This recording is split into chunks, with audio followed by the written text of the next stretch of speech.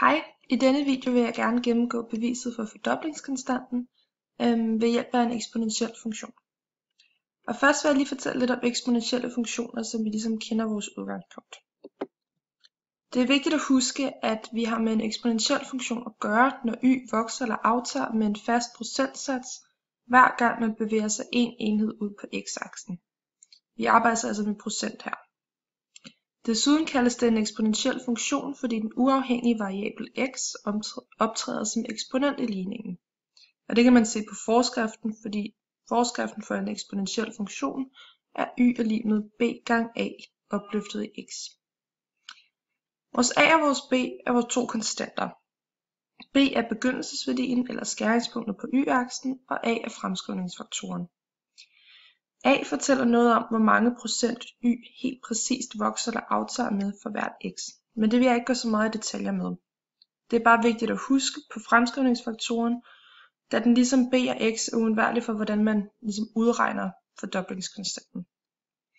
Men ja, hvis man har en voksende eksponentiel funktion, kan man finde fordoblingskonstanten, og omvendt aftagende eksponentiel funktion kan man finde halveringskonstanten.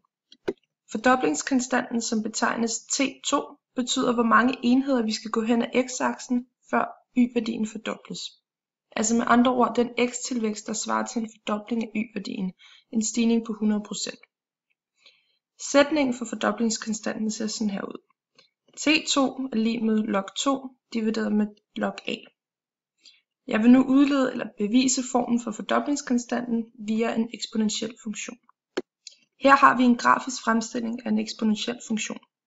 Vi har to kendte punkter på grafen, men det er egentlig ikke dem, vi er mest interesseret i. Det vigtige er, at vi kan se, at y-værdien har fordoblet sig. Og det er der, hvor der i stedet for y2 står 2y1. For 2 gange y1 giver en fordobling. Eller y1 gange y1 giver 2y1. Derfor kan vi også udlede, at x-tilvæksten fra x1 til x2 svarer til fordoblingen af y. Og dermed er t2 lig med x2 minus x1, som der også står på grafen. Nå, hvordan beviser vi så den her form? Vi kan starte med at skrive en forskrift op for punkt 1, 2, hvilket ser sådan her ud. y1 er med b gange a i første, 2y1 b gange a x i anden. Hvis vi så dividerer de to ligninger med hinanden, så ser det sådan her ud. Jeg har her divideret med både y1 og b på begge sider af lighedstegnet, og de går altså ud med hinanden. Så det jeg står tilbage med er 2 er lig med ax i anden, divideret med ax i første. Hvad gør vi så? Jo, vi kan bruge en potensregneregel. Her kan man se, hvordan jeg har anvendt potensregnereglen om, at når vi har det samme grundtal opløftet i forskellige eksponenter, trækkes eksponenterne fra hinanden. Altså når man har et grundtal med samme eksponent, som divideres med hinanden, så trækker man dem fra hinanden i stedet for. Så det har jeg gjort. Nu står der 2 er lig med ax i anden minus x i første. Så går vi lige tilbage en gang, fordi vi fandt jo før ud af, at x i anden minus x i første er lig med t2. Så derfor erstatter vi simpelthen x2 minus x1 med t2. Så ser det sådan her ud. Men da det stadig er selve fordoblingskonstanten, vi gerne vil have udledt, skal vi jo have isoleret den. Det gør vi på følgende måde. Jeg ændrer simpelthen logaritmereglen. Log a i x er lig med x gange log a. Så har vi log 2 er lig med t2 gange log a tilbage.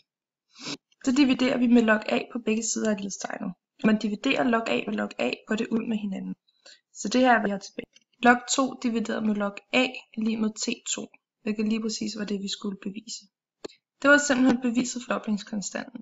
Der er ikke så meget i, end at hvis vi havde lavet beviset for halveringskonstanten, havde fremskrivningen nøjagtigt det samme, som jeg lige har vist, bortset fra at i stedet for at starte 2y1, havde man skrevet halv y1 og fundet frem til t1,5 i stedet for t2, fordi det jo er en halveringskonstant og en aftagende funktion, vi så arbejder med der.